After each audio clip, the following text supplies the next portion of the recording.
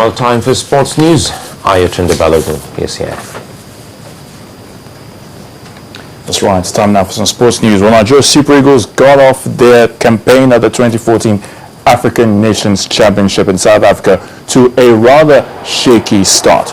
Nigeria slipped to a 2-1 defeat at the hands of West African rivals Mali in their opening Group A encounter at the Cape Town Stadium. Abdoulaye Sissoko opened the scoring in the 18th minute of the first half.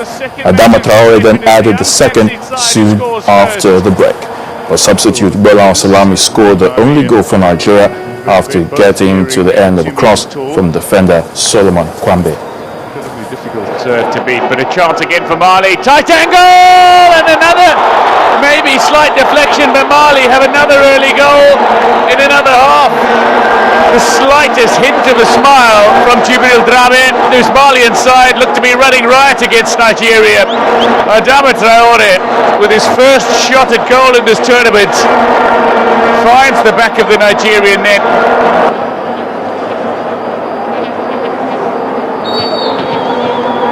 Mill signals his whistle, and a great chance for Nigeria is headed home.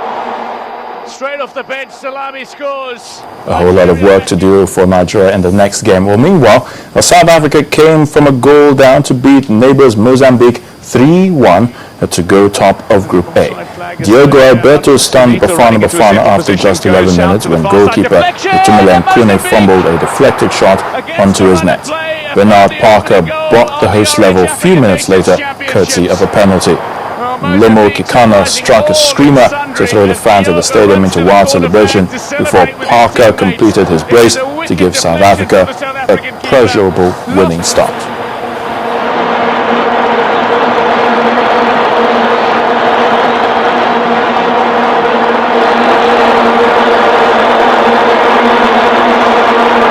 As an A international, if this goes into the back of the net, it will count as an international goal. He scored his 19th against Spain, did Bernard Parker.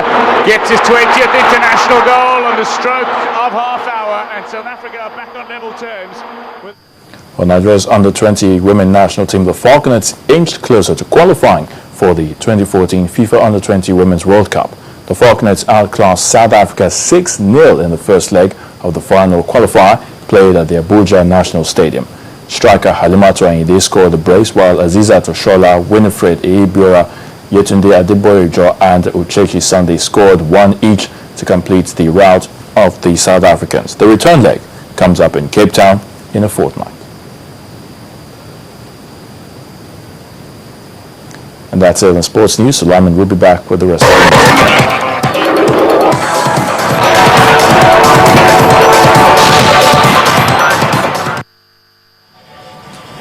Well, the former Israeli Prime Minister Ariel Sharon has died at the age of 85. The general turned politician, known for his bold tactics that inspired both love and hate, as one of Israel's most controversial leaders.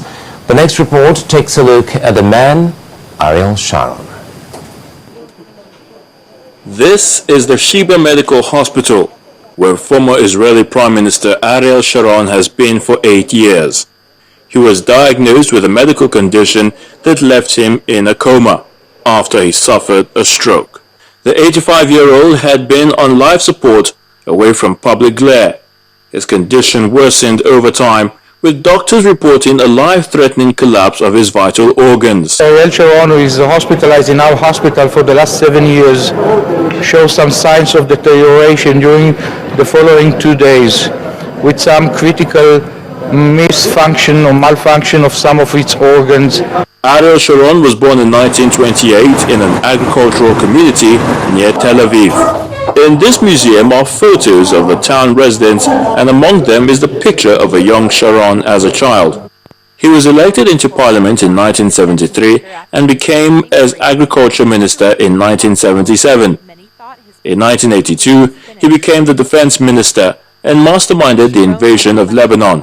This is a very sad moment for me, because I was his advisor for over 15 years, and it's a very sad moment also for people in Israel, because Ariel Sharon was an icon in Israel. He was like Nelson Mandela was for people in South Africa. His long-lasting foes, the Palestinians, expressed bitter memories of Sharon as a hardliner. But for this woman in his hometown, Sharon is fondly remembered. Ariel Sharon will be greatly missed by the Israelis as he gave his all for them. Sharon won the election as prime minister twice.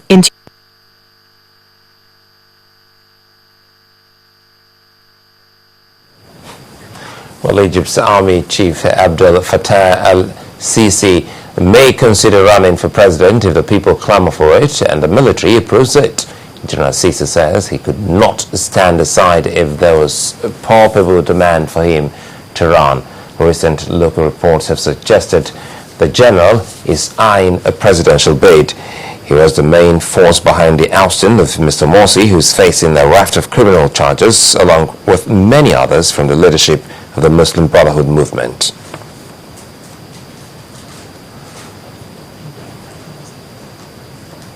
And the main news again.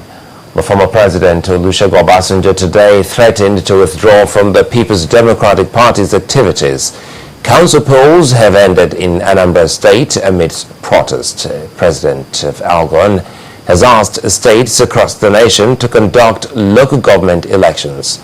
And former Prime Minister of Israel, Ariel Sharon, has died after spending 8 years in a coma. That's the news at 10. Many thanks for watching.